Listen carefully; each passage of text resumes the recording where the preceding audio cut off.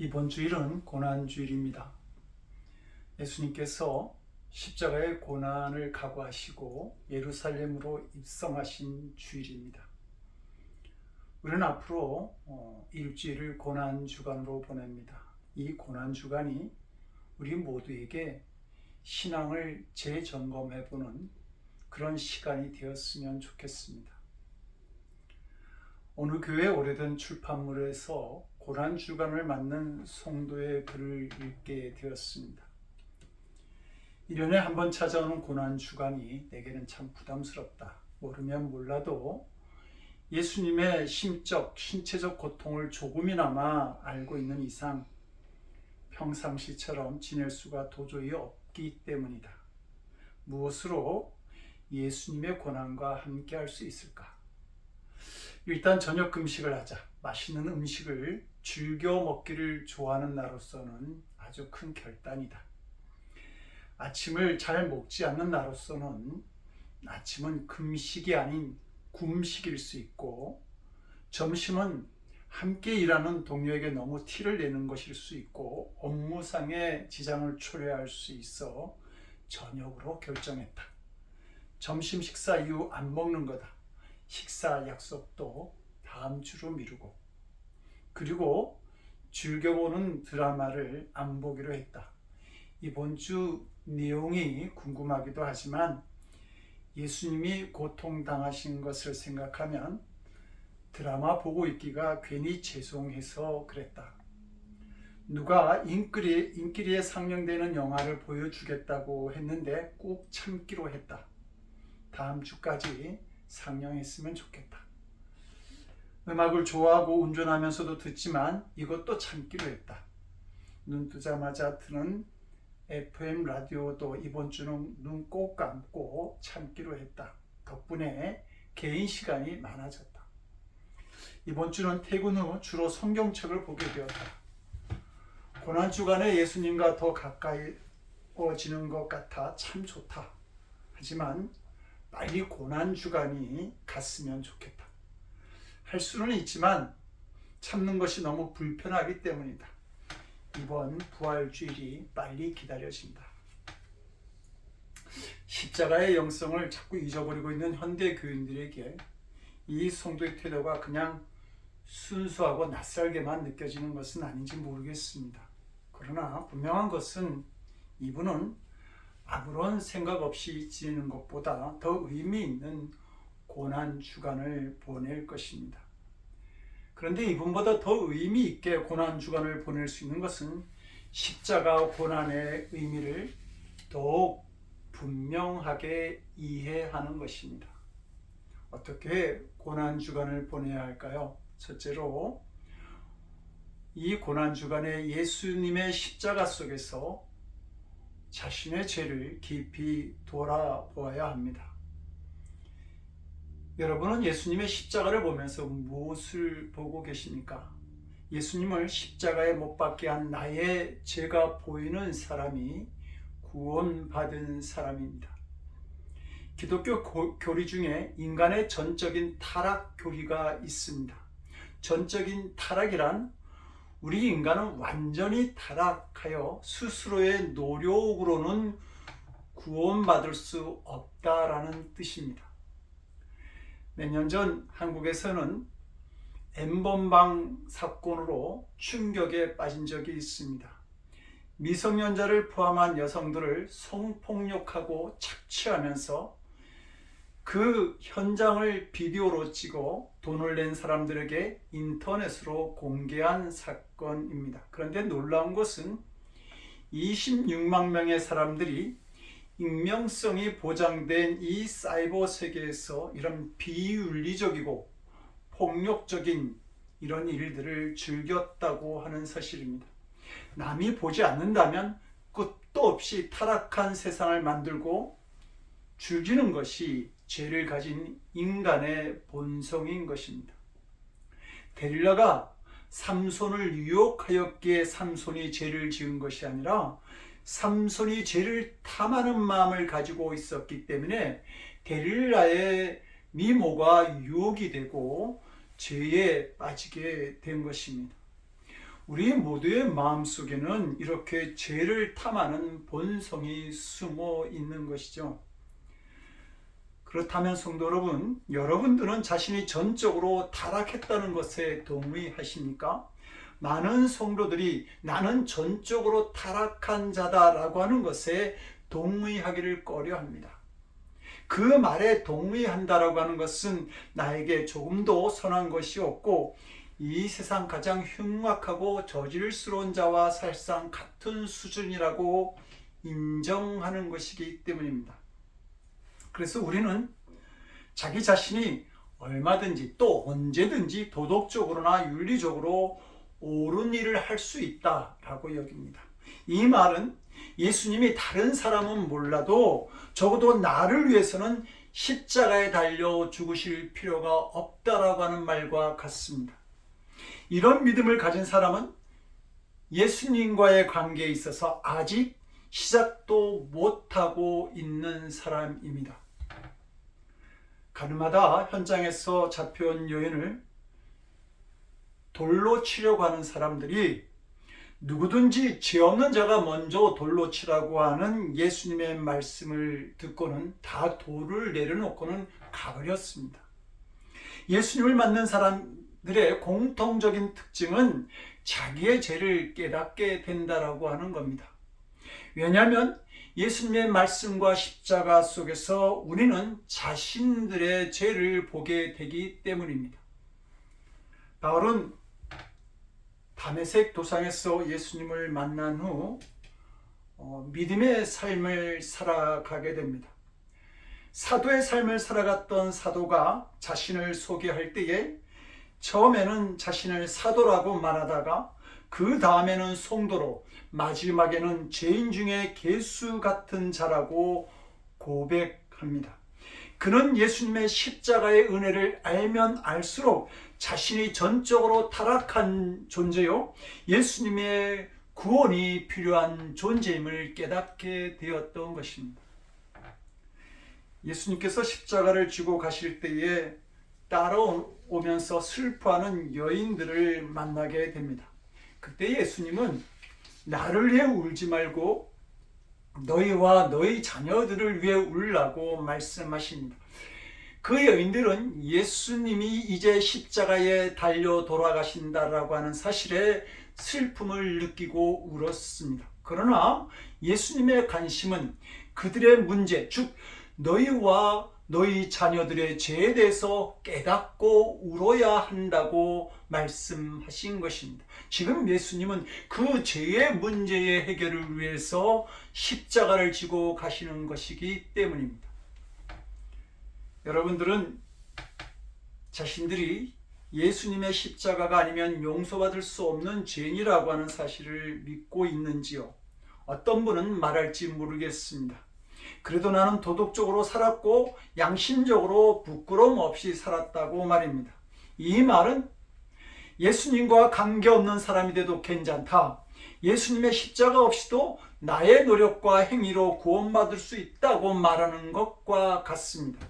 그러나 예수님의 십자가 은혜를 알고 나면 자신이 용서받을 수 없는 죄인임을 알게 됩니다. 십자가 속에서 자신의 죄가 보여지게 됩니다.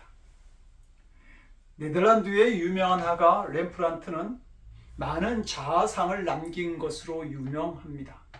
그는 자신의 여러 작품 속에 자기 얼굴을 직접 그려 넣었습니다. 순교자 스데반이라고 하는 작품에서는 스데반을 향해 돌을 던지는 성남 군중 가운데 한 사람으로 자신을 그렸고, 빌라도의 법정이라고 하는 작품에서는 예수님을 십자가에 못 박으라고 고함치던 유대인 패거리 중에 한 사람으로 자신을 표현했습니다. 그리고 돌아온 탕자라고 하는 그 유명한 작품에서는 자신의 얼굴을 탕자의 모습으로 남겼습니다. 렘프란트는 그 그림들을 통해서 말하고 있는 것입니다. 나도 거기에 있었습니다. 나도 죄인들 가운데 있었습니다.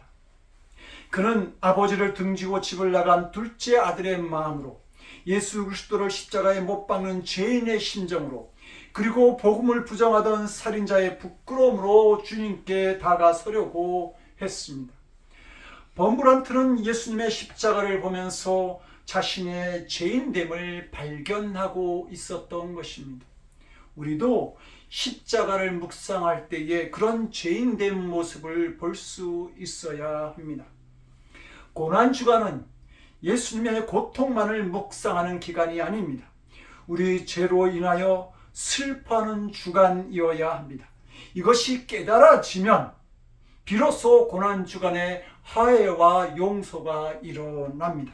다른 사람에 대한 판단도 비난도 원망도 다 사라집니다. 그때 비로소 예수님이 내 안에서 다시 태어나고 예수님과 함께 걷는 은혜를 경험하게 될 것입니다. 인생이 바뀌어지는 순간을 맞이하게 됩니다. 이것이 고난주간이 우리에게 주는 은혜입니다. 둘째, 고난주간에 하나님 사랑에 대해 감사해야 합니다. 우리는 십자가에서 말할 수 없는 하나님의 사랑을 봅니다. 죄는 내가 지었는데 내가 지은 죄의 값은 하나님의 독생자 되시는 예수님이 지셨습니다. 성경은 이것을 하나님의 사랑이라고 가르칩니다. 그래서 요한일서 4장 10절은 이렇게 말씀합니다. 사랑은 여기 있으니 우리가 하나님을 사랑한 것이 아니요 오직 하나님이 우리를 사랑하사 우리 죄를 위하여 화목제로 그 아들을 보내셨음이니라. 고난주간에 알게 되는 것은 하나밖에 없는 독생자를 이 땅에 보내시기까지 우리를 구원하시고자 하는 하나님의 사랑입니다. 예수님은 그 하나님의 사랑을 아셨기에 묵묵히 십자가의 길을 가신 것입니다. 십자가의 죽음을 앞두신 예수님께서 요한복음 16장 32절에서 제자들에게 말씀합니다. 보라, 너희가 다 각각 제 곳으로 흩어지고 나를 혼자 둘 때가 너니 벌써 왔도다. 예수님께서는 온 인류의 구원을 위해 십자가의 길을 걸어가셨지만 가룟 유다는 예수님을 팔아넘기고 베드로는 저주하였으며 모든 제자들은 예수님을 버리고 도망갔습니다. 성도 여러분, 우리도 이런 수준의 신앙은 아는지 돌아보아야 합니다. 예수님은 요한복음 8장 16절에서 만일 내가 판단하여도 내 판단이 참되니 이는 내가 혼자 있는 것이 아니요 나를 보내신 이가 나와 함께 계심이라 이렇게 말씀합니다. 예수님의 공생애는 혼자 살아가는 삶이 아니었습니다. 언제나 하나님과 함께 하시는 삶이셨습니다. 지금 십자가를 앞에 두신 예수님은 제자들이 다 떠날 것을 아시고서도 마음이 평안하셨습니다. 하나님께서 자신과 함께 동행하심을 알고 계셨기 때문입니다. 그래서 예수님은 십자가를 육신의 눈으로만 바라보면서 크게 두려워하고 있는 제자들에게 말씀하십니다. 그러나 내가 혼자 있는 것이 아니라 아버지께서 나와 함께 계시느니라. 이것을 너희에게 이름은 너희로 내 안에서 평안을 누리게 하려 함이라. 예수님은 자신을 두고 떠나는 제자들에게 내가 혼자 있는 것이 아니다라고 말씀하고 있습니다. 사랑이란 혼자 있는 것이 아닙니다. 함께 하는 것이죠. 그러면 두려움은 사라지고 평안을 누리게 되어 있습니다. 이것이 십자가를 바라볼 때 우리가 경험하는 하나님의 사랑과 같은 것입니다. 하나님의 사랑과 같습니다. 저는 모태신앙이지만 초등학교 5학년 고난주일 예배 때 찬송가 140장을 부르다가 십자가에 예수님을 만나게 됩니다. 그리고 예배 시간 내내 울었습니다.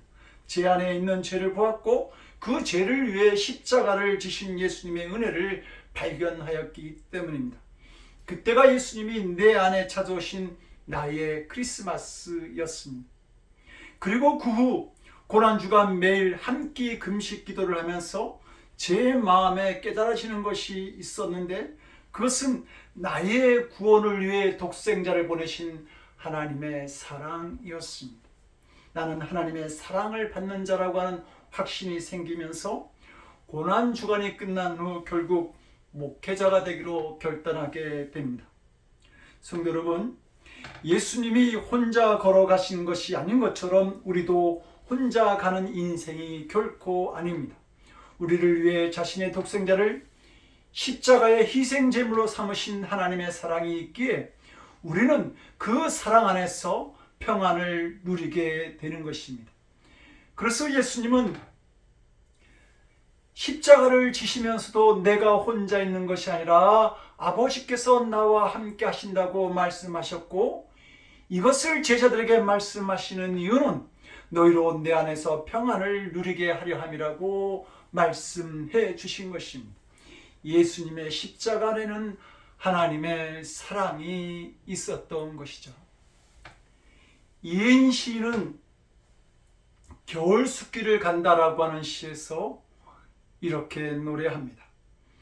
봄, 여름 데리고 호화롭던 숲, 가을과 함께 서서히 옷을 벗으면 텅 빈 해질녘에 겨울이 오는 소리, 문득 창을 열면 흰 눈 덮인 오솔길, 어둠은 더욱 깊고 아는 이 하나 없다.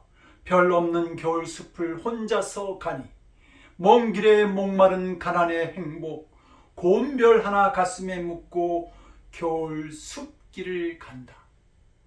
이인 수녀는 인간의 삶을 어둠은 더욱 깊고 아는 이 하나 없다. 별 없는 겨울 숲을 혼자 가는 것과 같다고 말하고 있습니다. 어둠과 고독, 반짝이는 별 하나 없는 겨울 추위 가득한 미지의 땅을 혼자 걸어가는 것입니다. 그러나 그는 바뀐 것 없는 세상, 먼 길의 고단함, 갈증과 가난 속에서 행복을 발견합니다. 바로 가슴에 묻고 가는 고운 별 하나, 바로 사계절 내내 함께 하시는 하나님의 사랑 때문입니다. 세 번째로, 고난주간을 보내면서 우리가 묵상하게 되는 것은 당당하게 십자가의 길을 걸어가는 힘을 얻는 것입니다. 오늘을 종료주일이라고 말합니다. 예수님이 십자가를 지시기 위해 예루살렘으로 들어오실 때에 많은 사람들이 종려나무 가지를 흔들고 환영했던 일을 기념하는 날입니다. 예수님은 십자가의 길을 얼마든지 피하실 수 있었습니다. 예루살렘에 오지 않으셨으면 되는 것입니다. 그러나 예수님은 당당히 십자가의 길을 걸어가셨습니다. 요한복음 18장을 보면 가룟 유다가 군대와 대제사장의 하속들을 데리고 겟세마네 동산으로 왔을 때에 예수께서 그들에게 너희가 누구를 찾느냐고 물으셨습니다. 그들이 나사렛 예수를 찾는다고 하자 그때 예수님께서 당당히 앞으로 나서시면서 내려라 이렇게 말씀하셨었는데, 그 위험이 얼마나 컸던지 성경은 잡으러 온 사람들 모두가 뒤로 자빠졌다고 그렇게 기록합니다. 마태복음 26장을 보면 베드로가 검을 떼어 휘두르다가 대제사장의 종 말고의 길을 자르게 됩니다. 그때 예수님께서 베드로를 꾸중하시면서 내 칼을 도로 칼집에 도로 꽂으라. 칼을 가지는 자는 다 칼로 망하느니라. 너는 내가 아버지께 구하여 지금 12군단 더 되는 천사를 보내시게 할 수 없는 줄로 아느냐. 내가 만일 그렇게 하면 이런 일이 있으리라 한 성경이 어떻게 이루어지겠느냐 라고 말씀합니다. 예수님은 자신을 잡으러 온 군사들을 물리칠 힘이 있으셨지만 하나님의 말씀이 이루어지도록 하기 위해 스스로 십자가의 길을 가신 것입니다. 요한복음 10장 18절에서 예수님은 내가 스스로 버리노라. 나는 버릴 권세도 있고 다시 얻을 권세도 있으니 이 계명은 내 아버지에게서 받았노라 라고 말씀합니다. 예수님은 힘이 없고 약해서 붙잡혀 십자가의 길을 가시고 누군가에게 자신의 목숨을 빼앗기신 것이 아니었습니다. 예수님은 십자가의 길에서 언제나 당당하셨던 것입니다. 그것은 예수님께서 십자가의 길을 가시면서 이 길만이 진정한 승리의 길이요 부활의 길임을 아셨기 때문입니다. 그래서 제자들에게도 십자가의 길을 따라오라고 당당하게 말씀하실 수 있었습니다. 부활이 없다고 한다면, 승리가 없다고 한다면 예수님께서 아무든지 나를 따라오려 하던 자기를 부인하고 자기 십자가를 지고 나를 쫓을 것이니라고 말씀하실 수 없으셨을 것입니다. 그러므로 바울은 우리가 그의 죽으심을 본받아 연합한 자가 되었으면 또한 그의 부활을 본받아 연합한 자가 되리라고 말씀합니다. 고난이 고난으로 끝나는 것이 아니고 죽음이 죽음으로 끝나는 것이 아니라고 하는 말입니다. 예수님은 제자들에게 세상에서는 너희가 환난을 당하나 담대하라 내가 세상을 이기었노라고 말씀하십니다. 환난을 당하나 담대하라고 하는 이 말은 너희도 담대하게 십자가를 지라고 하시는 말씀입니다. 이것이 제자들을 향한 주님의 마음이었습니다. 자기 십자가를 지고 나를 따르라고 하는 말은 예수님을 따라 산다는 것이 결코 쉽지 않다라고 하는 말입니다. 경건의 생활 자체가 고난인 성도가 있습니다. 전도자의 삶을 산다는 것도 십자가의 길입니다. 그러나 단순히 십자가의 길이 힘들다고만 말하지 말고 십자가의 그 다음을 볼 수 있어야 합니다. 주사 맞는 것이 두려워서 병원에 가기 싫어하는 어린아이와 같은 수준이 되어서는 안 된다고 하는 말입니다.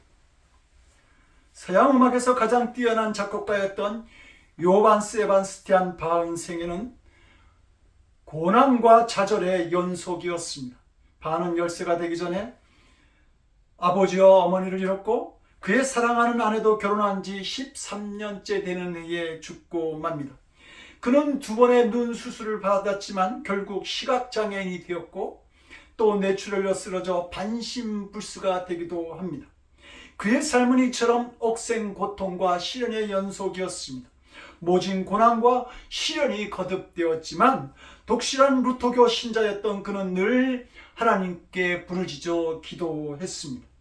고통이 힘들어질수록 더욱더 기도하고 주님께 매달려 늘 성령 충만한 삶을 살았던 그는 위대한 마태 순환곡과 같은 수많은 기독교 작품을 남기게 됩니다. 힘든 가운데 만든 하나의 작품이 끝나면 그는 작곡을 끝낸 음악 끝에 하나님의 영광을 위하여라는 말을 반드시 기록했습니다. 그런 그를 사람들은 음악의 아버지라고 불렀습니다. 진짜 승리는 고난과 함께 오는 것입니다. 예수님의 십자가 복음을 사보하였던 사도 바울도 빌립보서 3장 10절에서 내가 그리스도와 그 부활의 권능과 그 고난의 참여함을 알고자 하여 그의 죽으심을 본받기를 원한다라고 고백합니다. 바라기는 우리도 십자가 바라보는 것을 넘어서 그 고난에 참여함으로 우리 영혼이 주님의 거룩한 십자가의 죽음도 따라갈 수 있기를 기도합니다. 성도가 꼭 거쳐가야 하는 고난의 학교가 있습니다. 이 고난의 학교에는 4급이 있는데 1학년은 왜 이렇게 고통스럽지 하고 고통의 쓴맛만을 느끼는 단계입니다. 2학년은 참고 이겨야지 하면서 인내를 배우는 단계입니다. 3학년은 나는 이길 수 있어입니다. 이기게 하시는 주님을 바라보는 법을 배우게 되는 것이죠. 4학년은 나는 고난이 필요해 단계입니다. 고난의 유익을 알게 된 것입니다. 성도 여러분들은 몇 학년이신지요? 성도 여러분, 우리의 삶이 힘든 것은 우리가 크고 작은 어려움을 많이 겪어서 그런 것이 아니라 우리가 십자가를 져야 할 때에 당당히 그 십자가의 길을 가지 않았기 때문입니다. 그래서 우리는 우리의 삶 속에서 부활의 능력, 하나님의 임재를 경험하지 못하게 되는 것입니다. 성도 여러분, 우리가 져야 할 십자가가 있다고 한다면 부활의 역사를 바라보면서 당당하게 십자가를 지고 나가는 힘을 얻는 이번 고난이 될 수 있기를 주님의 이름으로 간절히 축원드립니다. 기도하시겠습니다. 죄 많은 저희들에게 십자가의 은혜를 허락하신 하나님 감사드립니다. 홀로 지고 가는 십자가가 아님을 깨닫게 하셔서 담대하게 십자가를 지고 고난과 세상을 이기는 하나님의 자녀들이 될 수 있도록 주여 우리를 도와주시옵소서.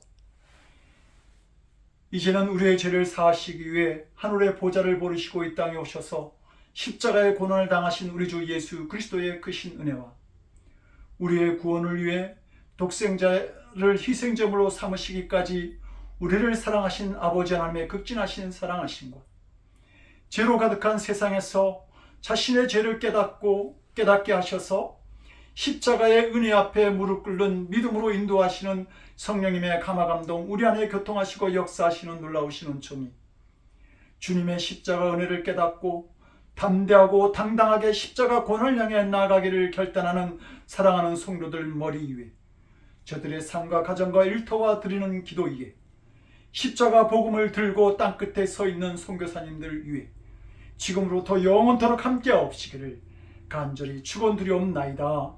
아멘.